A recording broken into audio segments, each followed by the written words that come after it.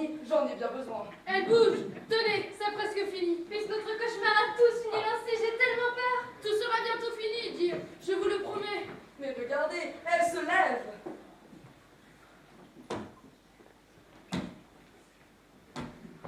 Moi, Katashtawak, je suis furieux. Pourquoi m'avoir arraché de l'effroyable royaume des morts?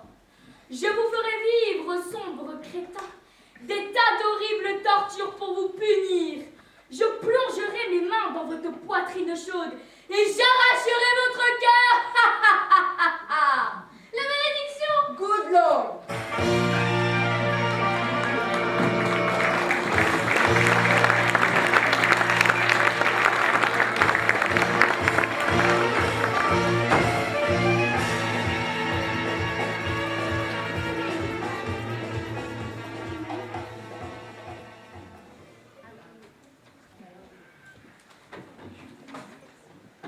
Je ne parviens toujours pas à comprendre comment vous n'avez pas été réveillé par les hurlements de Milady cette nuit. Vous, Française, vous m'étonnerez toujours. Tout ce bruit m'a rappelé le bombardement de Londres. Vous avez déjà raconté ce qui s'était passé cette nuit. Père, je vous prie. Mes amis les experts aimeraient que nous reprenions toute cette affaire depuis le début. Good. Mesdames, Vous parlez de votre épouse. Elle a donc perdu son calme cette nuit. yes, pauvre darling, un cauchemar atroce, n'est-ce pas? À son réveil, elle ne se souvenait plus de rien. Tout cela à cause de Katashtawak. Le vol a dû la bouleverser. Katashtawak.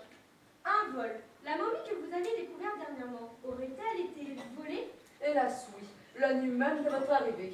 Toute la presse française avait parlé longuement de sa découverte, surtout à cause de cette prétendue malédiction. Mais pourtant, la villa est isolée et aucun bandit ne pourrait s'approcher facilement. C'est vrai. Avec la neige de ces derniers jours, des allées et venues ne pouvaient pas passer inaperçues. C'est étrange. Très étrange.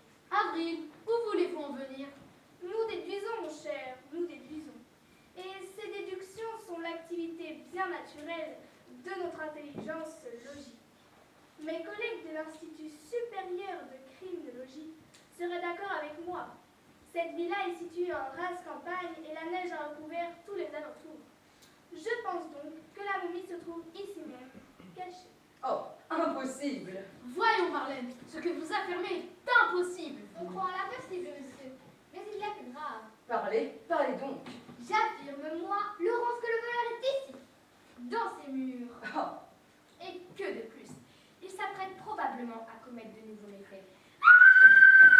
C'est Betty! Courage, Sterling! J'arrive! Prenez ceci, vieille branche, c'est peut-être dangereux, mais nous assurons vos arrières.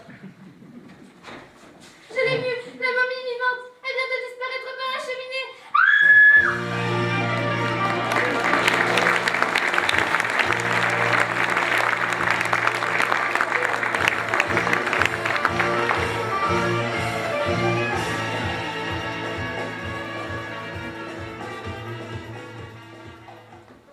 Reprenons. Quand avez-vous découvert la disparition de Katashtawa, sergent? la veille même de votre arrivée, Avril, à l'aube, je venais juste de me servir un doigt de liqueur à la menthe avant le breakfast, quand j'ai découvert la disparition. Où était installée la momie? Mais sur le canapé, voyons, un roi âgé de plus de 4000 ans. Vous pensez, même égyptien, il avait droit à tous nos égards. Comment aurait-on pu penser qu'il s'éclipserait de façon aussi impolie? Vous pensez donc, voici, qu'il est revenu à la vie? Je l'ai vu, mesdames, comme je vous vois, face décomposée, bandelette tachée de sang. Ah, j'en frissonne encore. Face décomposée. Calmez-vous, Dieu. Vous tremblez. Je dois être encore sous le choc. Cette momie me jetait un regard plein de haine avant de disparaître par la cheminée. Elle reviendra, soyez-en sûrs. Good Lord, il est 17h. Sur la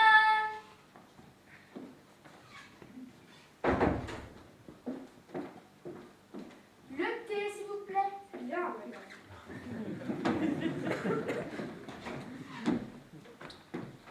J'ai examiné dans votre chambre, dans l'intérieur de la cheminée. Je n'ai pas trouvé de traces, mais ceci. Damned, un fragment d'os humain! Heavens, qu'est-ce que cela signifie? Observez-les bien, Sir George. Il s'agit d'un morceau du squelette de Katashtawa, j'en suis formelle. C'est donc bien un fantôme, j'en étais sûre.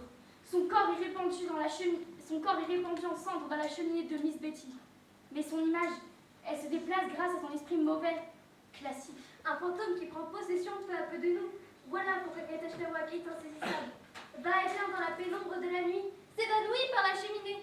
Il parlait au travers de mon corps durant mon sommeil, afin de nous terroriser par de sordides menaces qu'il mettra bientôt à exécution. Les enfants, nous sommes cuits. Mais croyez, mesdames, les fantômes ne sont pas apparus dans cette demeure depuis le XIVe siècle. De toute façon, je guetterai ce Katastawak cette nuit avec mes amis experts. Et foi l'Écossais, nous la coincerons cette créature, fantôme ou pas. Merci, mesdames, il faut en finir une bonne fois pour toutes. Nous vous donnerons de bonnes couvertures. Et vous posterez ici. Oui, devant la cheminée, puisqu'il semble qu'il s'agisse là d'un de ses passages préférés.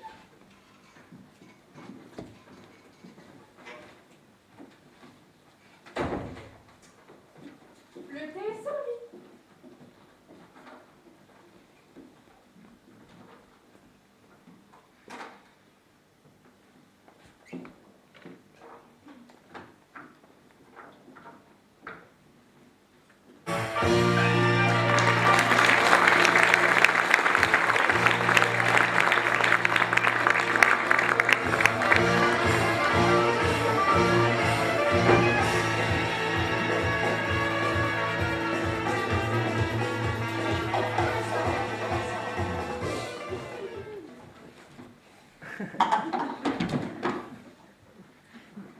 Sir George, j'aimerais que vous me parliez de Katastawak. Ouais, ma foi, il y a peu de choses à dire. Nous connaissons son existence grâce à de multiples écrits. Mes confrères de l'Institut vont être furieux. En réalité, je n'ai eu que très peu de temps pour l'examiner. L'Institut. Katastawak en a la propriété, n'est-ce pas? C'est exact. Vous auriez pu être tenté de les garder pour vous seul, n'est-ce pas? Mais par Saint-Georges, qu'insinuez-vous? Ah, mais rien, Sir George, notre pensée est allée un peu vite, voilà tout. Vous, Française, vous serez de votre pensée insolente. Pardonnez-moi, Sir George, mais je voulais encore vous poser une question. Et bien faite. En dehors de sa valeur historique, Katastawak vaut-il quelque chose? Est-il vendable, si j'ose dire? Mais oui, c'est un véritable trésor. Combien vaut-il? C'est difficile à dire. Il y a surtout le pendentif qu'il porte sur le torse. Un pendentif. Yes, servi de rubis, d'émeraude et de diamants. Un objet unique, vous m'entendez? Et cher? Yes, on pourrait facilement en tirer des milliers de livres. Je vous remercie, Sir George. Alors, Milady, remise de vos émotions. Une femme doit se maîtriser, mon ami.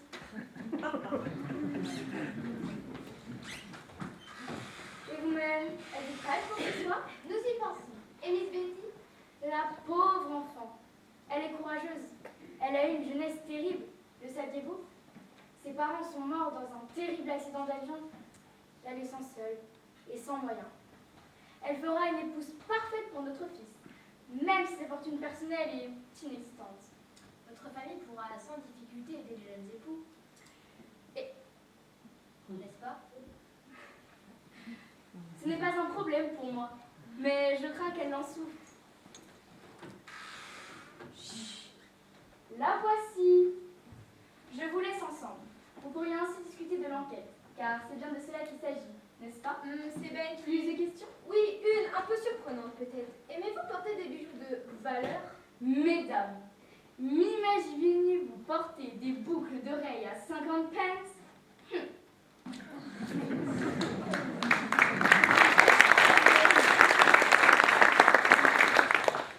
Ben m'a dit que vous vouliez me parler. Oui. Je suis curieuse de savoir pourquoi vous mentez. Oh mon Dieu, où est Ben? Voyons, Betty, nous sommes les amis de Ben et les vôtres. Je ne sais pas que dit Ben. Vous l'aimez, n'est-ce pas? Oui, je serai prête à tout pour lui. À tout. Vous m'entendez? Mais, excusez-moi, j'ai un faire. Pensiez-vous vraiment que je croirais à cette histoire de fantôme? Nous sommes en Écosse, et puis vous avez pâli lorsque Ben vous a demandé de veiller avec vous cette nuit. Miss Betty, vous m'avez appelé? Oui, je voulais m'assurer que vous aviez prévu un sandwich pour la veille de ce soir. Qui sait, elle sera peut-être plus longue que prévu.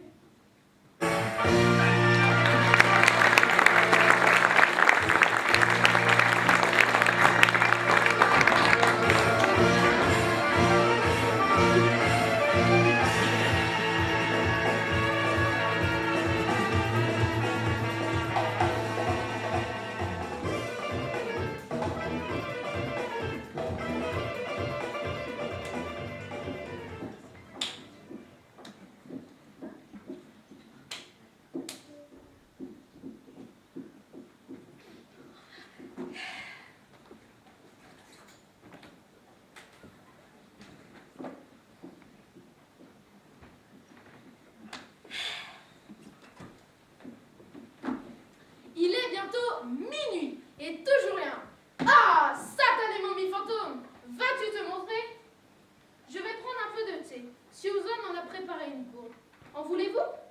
Non merci, je préférerais un bon coca. Even, c'était imbuvable, beaucoup trop amer. On dirait que... Ben, bon sang, que se passe-t-il? Le thé, il me fait un drôle d'effet. Je me sens ivre. Qui a fait le thé? Mais oui, bien sûr, Susan, on aurait dû y penser. Idiot! Je t'en prie, vas-y! Vive la... J'ai allumé la radio! Hey, c'est toi! Il est saoul comme les mansouls! La droguerie! De là! Rends! La momie!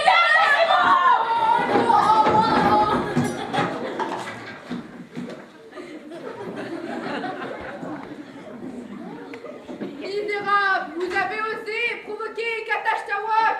Salut, madame! Un petit goûter à la gueule! Je suis venu vous dire, toi et tous les autres, avant de retourner dans l'univers, car on m'appelle, vous l'avez. Oh, Joey, Il m'a dit vraiment. Un peu trop. Agréable.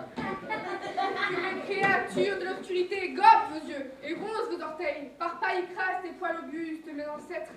Soyez tous maudits à jamais. Vous, Sir George, et Milady, et votre fils ici présent, moi, et ces ridicules petites camarades françaises, mais au fait, elles me voient ici, où sont-elles? Nous sommes ici!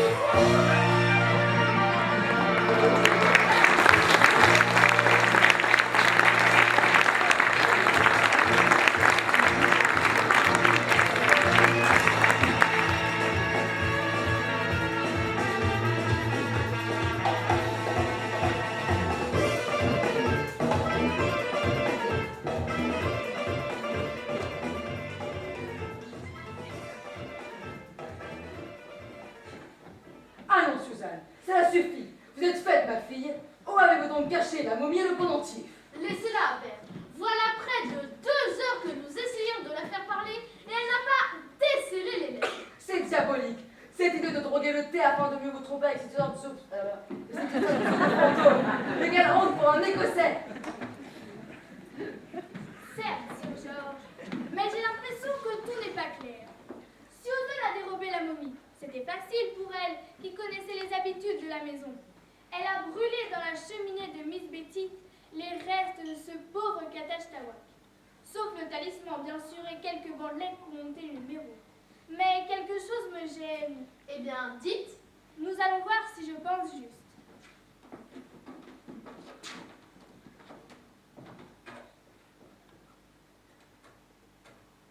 C'est bien ce que je pensais. On a coupé la ligne. Heaven, vous ne comprenez plus rien.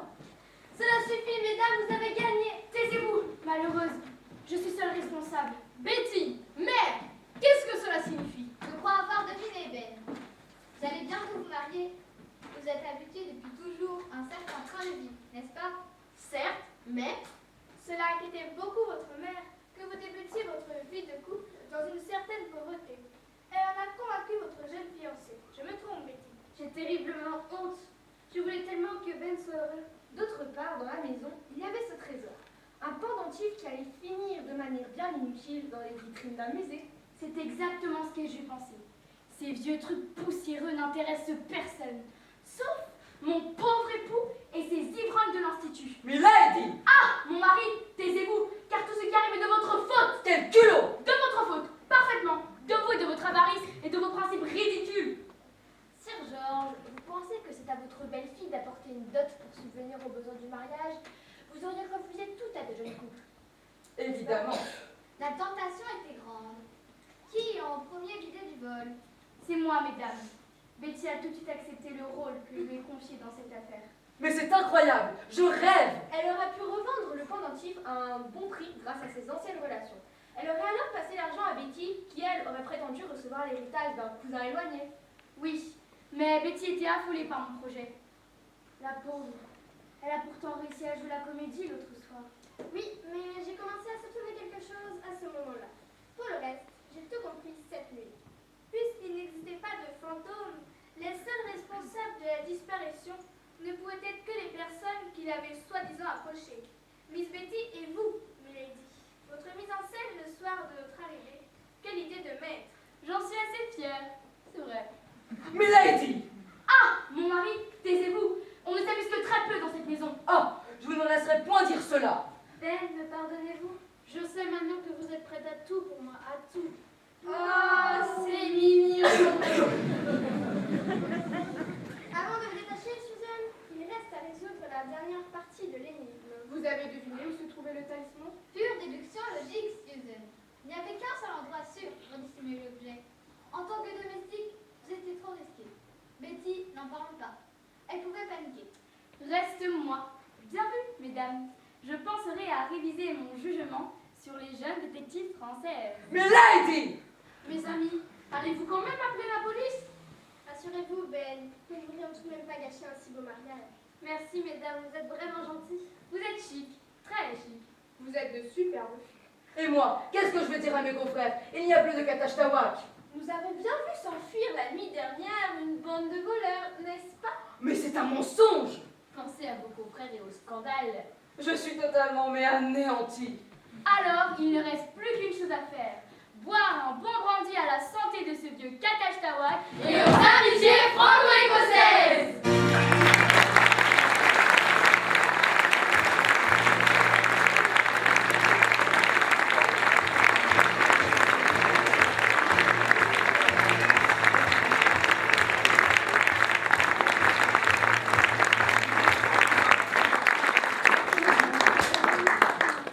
Dans cette pièce ont participé, Dans le rôle de Betty, Elena.